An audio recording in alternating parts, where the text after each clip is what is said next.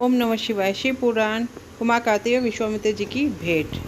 Hello guys, सोने राठौर के morning के मिनी ब्लॉग में आपका स्वागत है। मैं सहज मस्त और खुश हूँ। आशा करती हूँ आप भी सहज मस्त और खुश होंगे।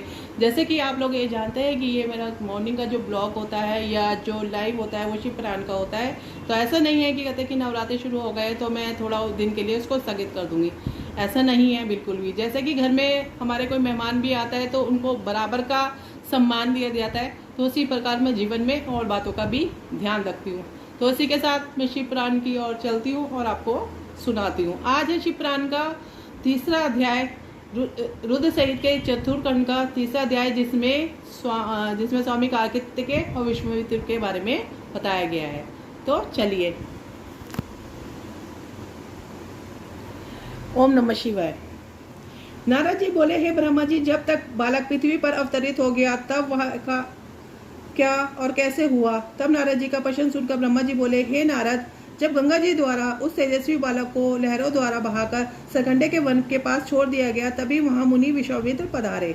उस बालक का देवी पेयमान मुख देखकर विश्वामित्र दंग रह गए। वह बालक दिव्य तेज से प्रकाशित हो रहा था। उसे बड़ा प्रतापी और बलशाली जानकर मुनि विश्वामित्र ने उसे नमस्कार किया और उनकी स्तुति करने लगे। तत्पश्चात मुनि बोले कि भगवान शिव की इच्छा से ही तुम यहाँ प्रकट हुए हो। शिव तो सर्वेश्वर है, वह ही परम ब्रह्मा परमात्मा है। इस संसार का हर प्राणी, हर जीव उनकी आज्ञा का पालन करता है। तब मुनि विश्वामित्र के ऐसे वचन सुनकर वह बालक बोला, हे महाज्ञानी प्रकांड पंडित मुनि विश्वामित्र, मेरे इस स्थान पर आने के बाद सर्वप्रथम आप ही यहाँ पे पधारे हैं। निश्चय ही आपका यहाँ आना भगवान शिव की प्रेरणा से ही प्रेरित है, इसलिए आप ही विधि विधान के अनुसार मेरा नामकरण संस्कार कीजिए। आज से आप ही मेरे पुरोहित हैं और मेरे द्वारा पूज्य है। मेरे द्वारा पूज्य होने के कारण आप इस जगत में विख्यात और पूज्य होंगे। उस बालक के ऐसे वचन सुनकर मुनि विश्वामित्र आश्चर्यचकित होकर उस बालक से पूछने लगे, हे बालक, आप कौन हो? अपने विषय में बताइए। तब उनकी बात सुनकर वह बालक बोला, हे विश्वामित्र, अब आप ब्रह्मर्षि हो गए हैं। मेरे विषय में जानने से पूर्व आप मेरा संस्कार कीजिए। तब मुनि विश्वामित्र ने उस अद्भुत बालक का नामकरण संस्कार किया। उसका नाम कार्तिकेय रखा। गुरु दक्षिणा के रूप में उसने मुनि को दिव्य ज्ञान प्रदान किया। तब मैंने स्वयं वहां जाकर उस बालक को गोद में लिया, उसे चूमा। तत्पश्चात मैंने उसे शक्तियां और शस्त्र प्रदान किए। उन अद्भुत शक्तियों को प्राप्त कर वह बालक बहुत प्रसन्न हुआ और तुरंत ही पहाड़ पर चढ़ गया। पहाड़ पर चढ़कर वह उसके शिखरों को गिराने लगा तथा वहां की संपदा नष्ट करने लगे। यह देखकर उस स्थान पर निवास करने वाले राक्षस उस बालक को मारने के लिए दौड़े। उन भयंकर राक्षसों से बिना भयभीत हुए उसे उन सबको भगा दिया। उनके भयंकर युद्ध में से पूरा त्रिलोक कांपने लगा। त्रिलोक को भयभीत होता देखकर सब देवता वहां पहुंचे। देवराज इंद्र ने क्रोध में आकर उस बालक पर प्रहार किया। इस प्रहार के फल से उस बालक के शरीर से विशाख नाम का दूसरा पुरुष पैदा हो गया। उन्होंने उस बालक पर एक और प्रहार किया। निगम नाम का एक और महाबली पुरुष पैदा हो गया। इस प्रकार इंद्र के प्रहारों से 4 स्कंद पैदा हो गए, जो बहुत वीर और बलवान थे। वह क्रोधित होकर चारों स्कंद एक साथ मिलकर स्वर्ग के राजा देवराज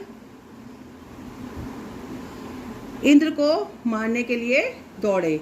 यह देखकर इंद्र घबराकर अपनी जान बचाने के लिए कहीं दूर जाकर छिप गए। उनको ढूंढते ढूंढते वह बालक उनके धाम स्वर्ग में भी पहुंच गया। उस समय जब वह बालक स्वर्ग पहुंचकर देवराज इंद्र को ढूंढ रहा था तो एक सुंदर सरोवर में 6 कृतिकाएं स्नान कर रही थी। उस सुंदर सलोने बालक को देखकर वह उसे प्यार करने लगी और गोद में खिलाने के लिए दौड़ी, उसे पकड़कर ले गई।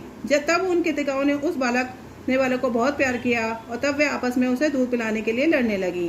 तब उस बालक के 6 मुख धारण करके सब माताओं का स्तनपान किया। तब वह प्रसन्नतापूर्वक उस बालक को अपने साथ अपने लोक में ले गई और उनका लालन पालन किया। इसी के साथ रुद्र संहिता का तीसरा अध्याय पूर्ण होता है।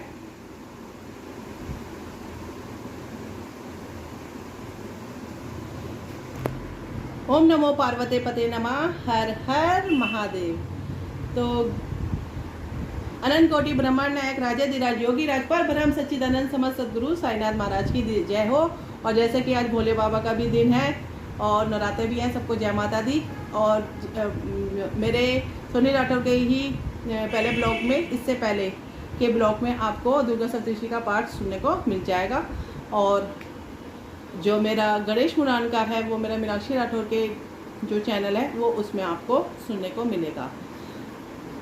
तो अब ज़्यादा देर ना करते हुए, क्योंकि इतनी देर हो गई है तो थोड़ा भूख प्यास भी लगी है, ज़्यादा देर ना करते हुए अपना थोड़ा लूँगी चाय पानी।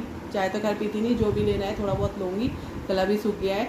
3 कथाएँ मैंने 3 ब्लॉग में पढ़ ली हैं। तो बहुत बहुत शुक्राना करती हूँ मैं सद्गुरु साईनाथ जी का कि जो मेरे को इतनी शक्ति देते हैं। और मेरे को ऐसा लगता है कि ये सब करके मेरा भी मान बहुत बढ़ता है जीवन में। तो ओम नमो पार्वती पते नमः। हर हर महादेव।